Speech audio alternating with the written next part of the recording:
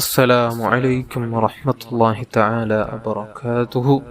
ബഹുമാനികളും, നമ്മുടെ ജീവിതത്തിൽ നമുക്കെയും മിസ് ചെയ്യുന്ന, നഷ്ടപ്പെടുത്തുന്ന ഒരു ആയത്താണ് എല്ലാ ഫർള് നിസ്കാരങ്ങൾക്ക് ശേഷം പതിവാക്കേണ്ട റസൂലുള്ളാഹി സ്വല്ലല്ലാഹു അലൈഹി വസല്ലം തങ്ങൾ അവിടുന്ന് പഠിപ്പിച്ച ഈ ഒരു ആയത്ത് ഓരോ ഫർള് നിസ്കാരങ്ങൾക്ക് ശേഷം പതിവാക്കാൻ ആരൊക്കെ ശ്രമിക്കുന്നുവോ അവർക്ക് ലഭിക്കുന്ന മഹത്വങ്ങൾ വല്ലാത്ത അത്ഭുതമാണ്.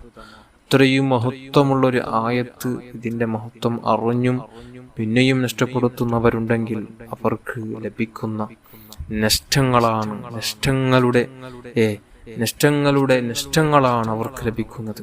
അതുകൊണ്ട് ഇനി മുതൽ ഓരോ ഫർള് നിസ്കാരങ്ങൾക്ക് ശേഷം ഈ പറയാൻ പോകുന്ന ഒരു ആയത്തിനെ പതിവാക്കണം. അള്ളാഹു കബൂൽ ചെയ്യട്ടെ.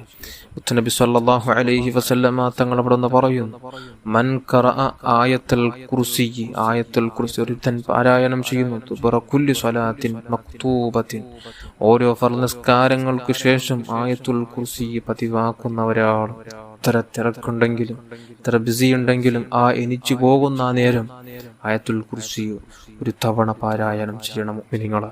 കാരണം നമുക്ക് ലഭിക്കുന്ന മഹത്വം വല്ലാത്ത അത്ഭുതമാണ്. ലം യംനഉഹു മിൻ ദുഖൂലിൽ ജന്നത ഇല്ലാ അൻ യമൂത, അദ്ദേഹം സ്വർഗത്തിലേക്ക് പോകുന്നതിനെ തൊട്ട് തടസ്സമായിട്ടുള്ളത് അത് മരണം മാത്രമാണ്. അദ്ദേഹം മരിച്ചാൽ സ്വർഗമാണ്. അത്രയും മഹത്വമാണ് ഈ ഒരു ആയത്തിനുള്ളത്. ആയത്തുൽ കുർസി എല്ലാവരും പതിവാക്കണം. ഓരോ ഫർള് നിസ്കാരങ്ങൾക്ക് ശേഷം സലാം കിട്ടിയ ഉടനെ തന്നെ ഇസ്തിഗ്ഫാർ ചൊല്ലി ഉടനെ തന്നെ നമുക്ക് ചൊല്ലേണ്ട ദിക്റുകളുണ്ട്. അതൊക്കെയും കഴിഞ്ഞ് ആയത്തുൽ കുർസി ഒരു തവണ പാരായണം ചെയ്യുക. അല്ലാഹു കബൂൽ ചെയ്യട്ടെ, അല്ലാഹു സ്വീകരിക്കുമാറാകട്ടെ. ആമീൻ യാ റബ്ബൽ ആലമീൻ.